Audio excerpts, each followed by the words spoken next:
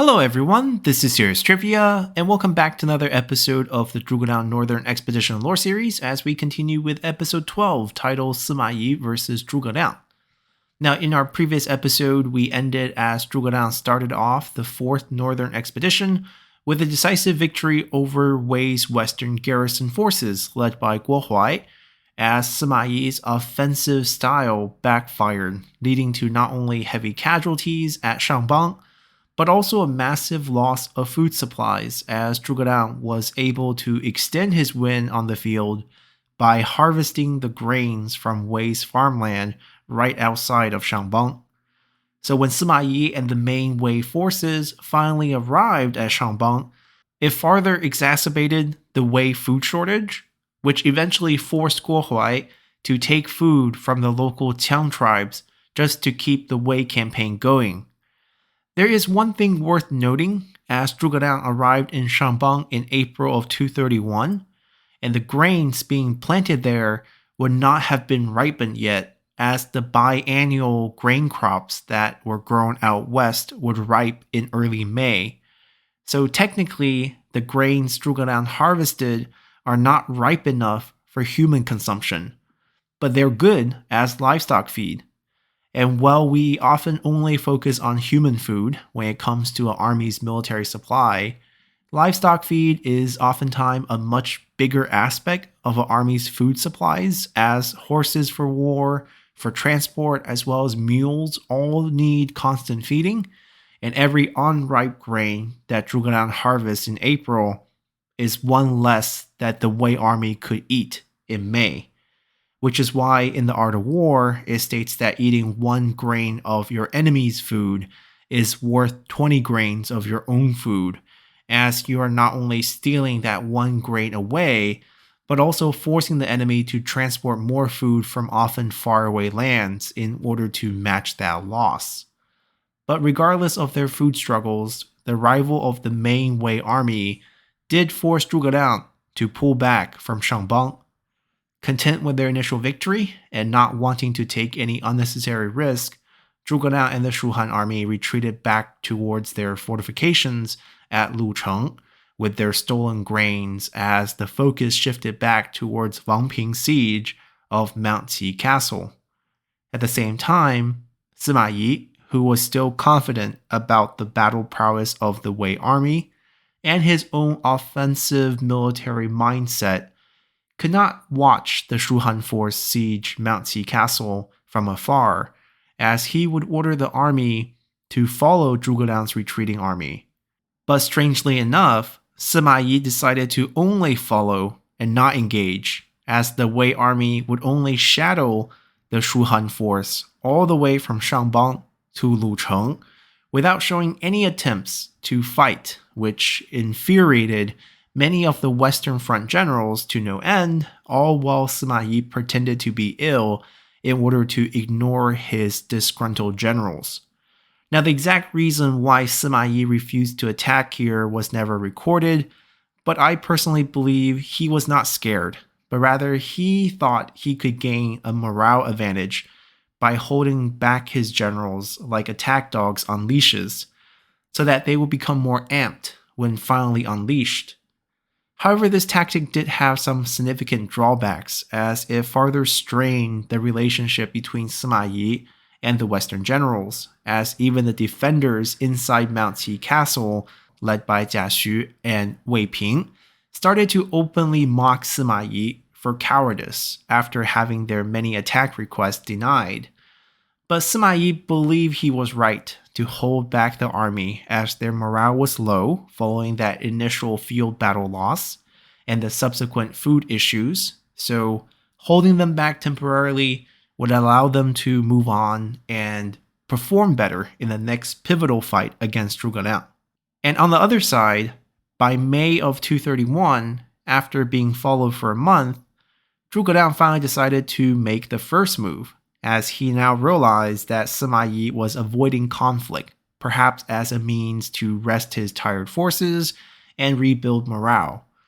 So he voluntarily withdrew the army stationed in between Lucheng and Mount Qi Castle, giving Sima Yi an opening to reinforce Mount Qi Castle, which was still under siege. And Sima Yi would take this bait, as he would order General Zhang He to take a secondary force to Mount Qi Castle in hopes of breaking Wang Ping's siege, while he himself will lead the main army to take on Zhuge Liang at Lucheng. And while this two-front strategy seemed sound and the holding back tactic felt right, at the end of the day, once the weapons were drawn, Sima Yi's tactics did very little, as his inexperience against Zhuge Liang and the Shu Han army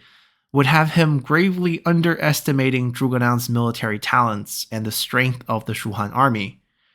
For the Mount Qi Castle front, Zhang He's unit would fight Wang Ping's Wudang Feijun to a draw, but ultimately failed at lifting the Mount Qi Castle siege. And as a reminder, the Wudang Feijun are the Nanman elite units drafted by Zhuge Liang after Menghuo's surrender, and were given to Wang Ping after his outstanding performance at Jieting during the first northern expedition. Now, while Zhang He did fail his task of lifting the siege of Mount Qi Castle, he technically did not lose and did not suffer much casualties. But the same cannot be said of Sima Yi's main army, as Zhuge Liang had been waiting ages for the Wei force to actually give him a grand open field showdown, as he ordered generals Wei Yan, Gao Xiang, and Hu Ban to form 3 columns to meet the approaching Wei forces out in the field rather than staying inside the fortifications at Lucheng. Now, Zhuge Liang was not foolish to give up his fortified position at Lucheng,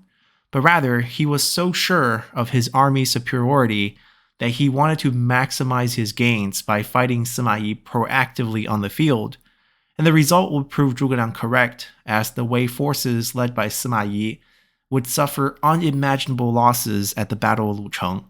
The final Shu Han kill count tallied 3,000 confirmed kills on troops wearing elite iron-plated armor,